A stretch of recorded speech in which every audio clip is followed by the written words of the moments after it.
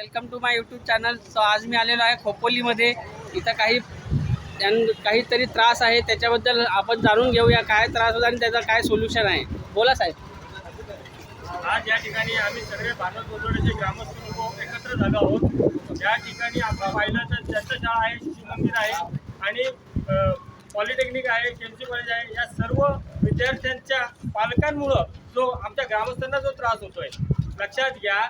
आम्हाला कुठल्याही पालकांना किंवा विद्यार्थ्यांना भेटीस नाही झालं, परंतु त्यांच्या सोयीप्रमाणे डॉक्टर बाबासाहेब पुतळ्याच्या मागील बाजूपासून तसेच ताज हॉस्पिटल ते जैन मंदिरपर्यंत या ठिकाणी दोन्ही बाजूला गाड्या लागलेल्या असतात. त्यामुळे तिथंच त्या ठिकाणी जे विद्यार्थी येतात त्यांना त्याचा त्रास होतो, त्या ट्रॅफिक जाम होते आणि याचा नाहक त्रास हा आम्हाला गावकऱ्यांना सहन करावा लागतो. यासाठी आम्ही नगरपालिकेला त्यानंतर खोपोली पोलीस स्टेशनला दोन्ही ठिकाणी निवेदन दिलेले आहेत आणि सदरील ज्या ठिकाणी या 4 व्हीलर आणि 2 व्हीलर लागलेले असतात त्यांच्यावरती कारवाई करण्यासाठी त्यांना सांगितलेलं आहे. जर का आपण या ठिकाणी एक मोहीम राबवत आहोत, त्या मोहिमेमार्फत जर का तुम्ही त्या ठिकाणी गाड्या लावल्या तर तुमच्या गाड्यांवरती कारवाई केली जाईल. त्यामुळे कृपया सगळं खोपोलीकरांना विनंती आहे की या ठिकाणी कोणी गाड्या पार्किंग करू नये. त्याचबरोबर नागरिकांची गैरसोय न होण्यासाठी आम्ही खोपोली नगरपालिकेतील नगराध्यक्ष कुलदीप शेंडे यांची भेट घेऊन त्यांना सांगितलं की खोपोलीकरांना ज्या ठिकाणी बाजारपेठेत यावं लागतं, शाळेला विद्यार्थ्यांना सोडायला यावं लागतं, त्यांच्यासाठी मोफत पार्किंगची सुविधा करून द्या. पे अँड पार्क आहे, ते पे अँड पार्क तुम्ही त्या ठिकाणी मोफत केले पाहिजेत, असं आम्ही त्यांना निवेदन दिले. जेणेकरून ट्रॅफिकची समस्या सुटेल आणि नागरिकांनाही मोफत पार्किंग भेटल्यामुळे त्यांना कुठल्या प्रकारचा त्रास होणार नाही.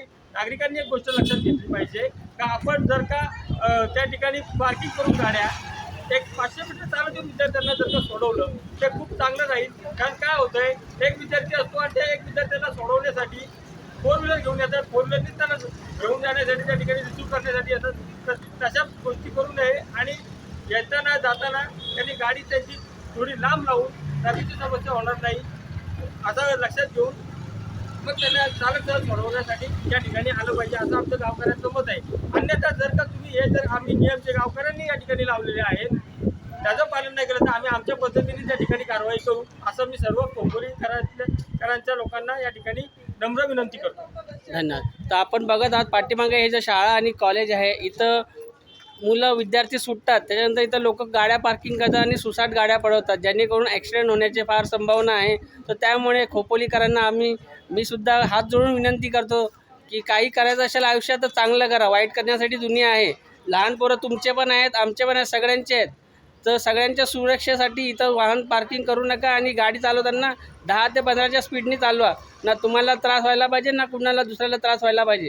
तुम्हाला माहिती आहे तुमची एक चुकी कुठल्या एका छोट्या विद्यार्थ्याचं आयुष्य उद्ध्वस्त करू शकते. रिक्वेस्ट आहे तुम्हाला, कृपया गाडीचा स्पीड वाढवू नये आणि गाड्या अनधिकृतपणे इथं पार्किंग करू नये, अन्यथा ट्रॅफिक पोलिसांकडून तुम्हाला कार्यवाही करण्यात येईल. हे बघा इथं तुम्ही बघू शकता ट्रॅफिक पोलीस पण आहेत, त्यांच्यातर्फे तुम्हाला फाईन वगैरे लावण्यात येईल किंवा गाडी टोईंगसुद्धा करण्यात येईल. तो विनंती आहे, कृपया सगळ्यांनी नियमांचं पालन करावं खोपोलीतर्फे. धन्यवाद. ओके.